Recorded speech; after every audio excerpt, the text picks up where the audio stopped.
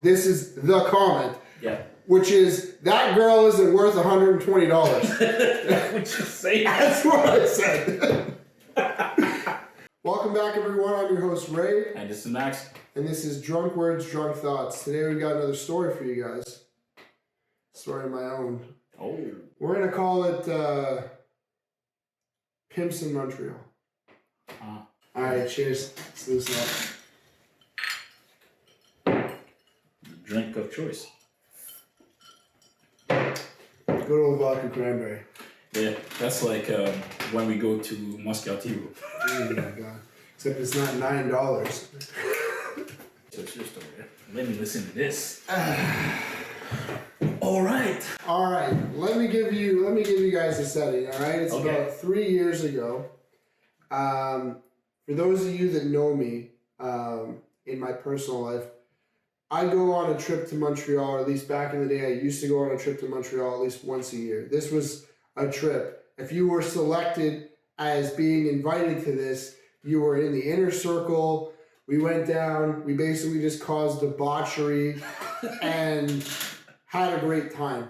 I've been on, I think, 7 of these. You know, you've been fortunate enough to join me for a few of them. Crazy enough, like he went more time than me, and I'm from Montreal. But yeah, that's not near. That's not the point. But so it would normally be a weekend, or it would be 3 or 4 nights in Montreal. And we would all get together. There's normally a group of us, normally about anywhere from 4 to 6 guys. Okay. And we'd rent a hotel, an Airbnb, something like that. We'd go down, we'd have a great weekend. Nice. Normally we'd start drinking. I think for the context of this story, we started drinking at 1 o'clock in the afternoon. All right. First thing we did when we got there, we got in at 9 o'clock. We went and we decided that we were going to go to the Sac and buy cheap liquor because in comparison to Ontario, as you know, liqueurs are a little bit cheaper, not a lot, but we didn't care. We had money to blow, so why not? We decided to buy Crystal Head vodka. We decided to buy Kettle One vodka. We decided to buy Hypnotic. Yes. Blue Alizé. Yep. We weren't mixing anything. We were just like, okay, these seem like great things that we can just drink and have a great time with. In addition to maybe 48 random beers that I can't recall. All in the cooler too. All in a cooler. So we get into the hotel room. We start drinking at 1 o'clock. Okay. I remember because some of us were smart, not myself, and decided 1 o'clock is too early to drink. The comment, Ray, 1 o'clock is too early to drink, might have been mentioned to me.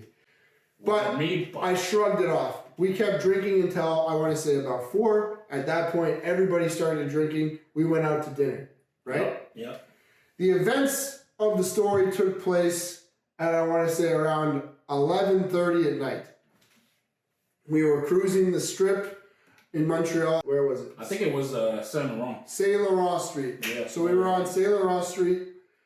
We were cruising. We were in front of a shawarma place. I remember this. Yeah. Like it was yesterday. Mm-hmm. We're in front of this shawarma house. Max and 3 other friends. There was 5 of us, including myself, out that night. Yep. They decide they're gonna go in and get shawarma. I'm like, I don't want shawarma. Not a big fan. I'm gonna chill out here. Yep. While I'm chilling out there, I'm pretty drunk at this point.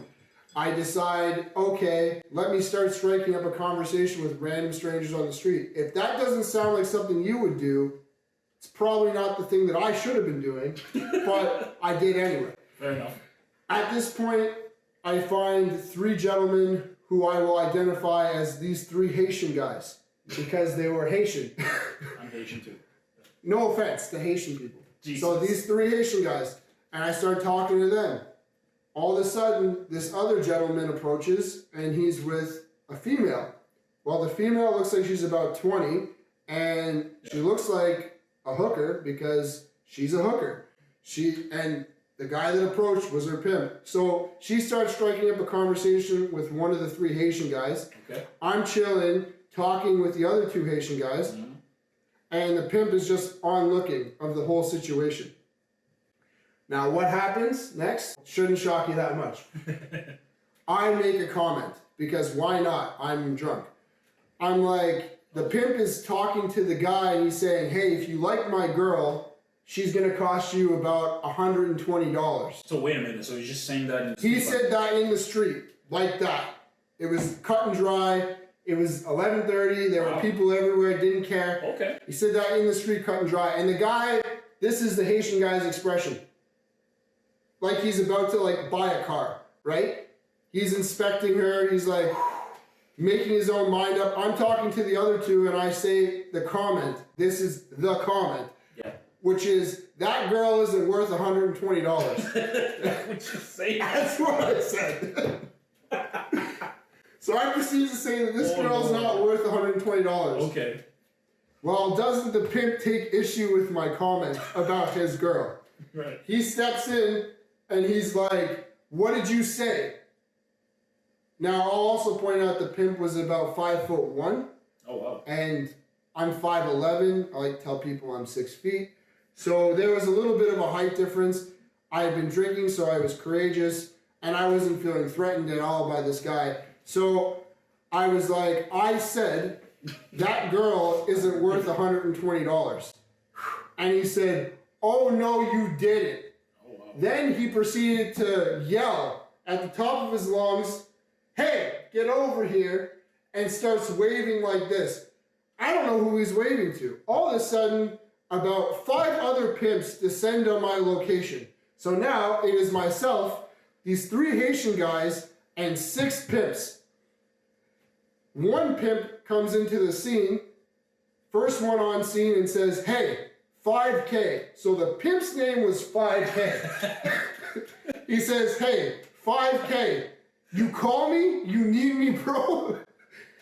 What? At this point, I've exchanged a look with the 3 Haitian guys, because if you know what I'm talking about, you know what the look is. Oh, man. We kind of looked at each other, we did this. Oh, is that? No. And that look meant, all right, so the 4 of us are assigned against these 6 pimps as a side. Oh, my God. Then it starts kind of how a rumble would start, where everyone kind of lines up with who they're going to take, and you just start getting closer and closer. So if it's a 2-meter gap, now it's 1.5 meters. Then it's 1 meter. Then it's, okay, you're 0.5 meter apart. Shit's gonna pop off. You're in swinging distance now. Okay. At this point, Max decides to come out of the shawarma place with a full plate of shawarma. I didn't decide that. They took a while, and then I had the plate out. So Max comes out of the shawarma place with a full plate of shawarma, and my other boy comes out of the shawarma place with a full plate of shawarma. Yeah. Now, they have different reactions to seeing the situation going on. My other boy immediately hands his plate to somebody else, jumps in this lines that we've had, and he starts getting ready to square off. Max steps in the middle of the entire confrontation with his plate in one hand and his fork in the other one, and he says, hey bro, what's going on? I proceed to tell Max everything that's going on. I'm like, these guys are beefing because I said this about this girl not being worth $120. And Max is like, oh, okay. Just completely dumbfounded. He's walked into like... Beef? A beef, exactly. Has no idea what's going on. The 5K pimp, that was his name. Okay. That's not what he was worth. That was his name. Oh, Lord. The one that was 5'1" and started this entire thing. So a pimp named 5K. Named 5K proceeds to come up to me at that point, closer to my face, and says, is this your boy? Pointing to Max with a full plate. And then Max kind of gives him like, as he's eating, yeah, like, we know each other. And then he's like, so you think this guy's gonna like do something? And I'm like, I don't know. He's like, so what? You think like we're not gonna fight now that Max is here? Now, for all those of you that don't know Max is bigger than me. Max is probably what, 6'3"? 6'1". Max is 6'1", he says, 6'3" though. And he's quite an impending figure compared to this guy that's 5'1". So he all of a sudden feels really threatened and decides, okay, if shit's gonna pop off, it's gonna pop off now. At that exact moment, a police officer's walking down the street, and I've never seen people scatter like this. The pimps scatter. 5K is nowhere to be found. His girl is nowhere to be found. Jeez. The other pimps are nowhere to be found. all but one. The one pimp that came in first, he is still there. Mm-hmm. The cop comes up to me, he comes up to Max, comes up to our buddy, and he proceeds to say, "What are you guys doing here?" And then I decide to mouth off to the cop in English because it's 11:30 and I've been drinking since 1 o'clock and I think it's appropriate. So I'm like, "Hey, I'm walking down the street, minding my own business. These pimps come out of nowhere, think that they can start shit with me." The cop is like, kind of gives me one of these like, "Bro, like, what are you doing?"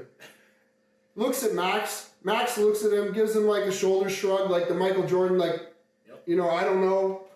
And then the cop looks at me and he's like, "All right, go on your way, sir. Like, do whatever you were doing." I'm like, "Yeah, whatever." Anyway, I say my 2 cents.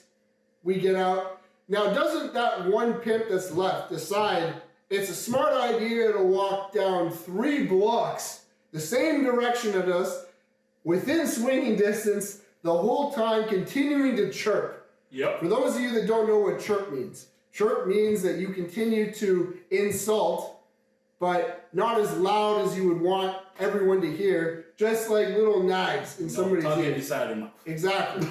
So he continues to chirp. We're 3 blocks down. At this point, not Max, not myself, but the gentleman that was ready to square up in our crew turns to him right before we're about to cross an intersection and says, "You realize we're 3 blocks away from your friends now, right?" And proceeds to square up with them. Doesn't this guy scatter? That's really funny. Anyway, guys, that's my story for you about finding pimps in Montreal. It happened. It's real. I wasn't the brightest in it. It was meant for me to come off as not the brightest because I wasn't in that situation. Thank God Max was there. Thank God this gentleman who hasn't been named and won't be named was there, and nobody died or got arrested. So I call that a plus. It was a plus. Hey guys, thanks so much for watching. I'm your host, Ray. And this is Max. And this is Drunk Words, Drunk Thoughts. Hope you enjoyed our story today. It got a little wacky there, but the best ones always do. Yep. We'd love for your comments. Tell us if you've had a weird night in a foreign city before. And don't forget to like the video. Don't forget to subscribe. What do we do to the bell? We hit the bell. We hit the bell. All right, guys, we drop new videos every Sunday, so look out for those. And we're out. Peace.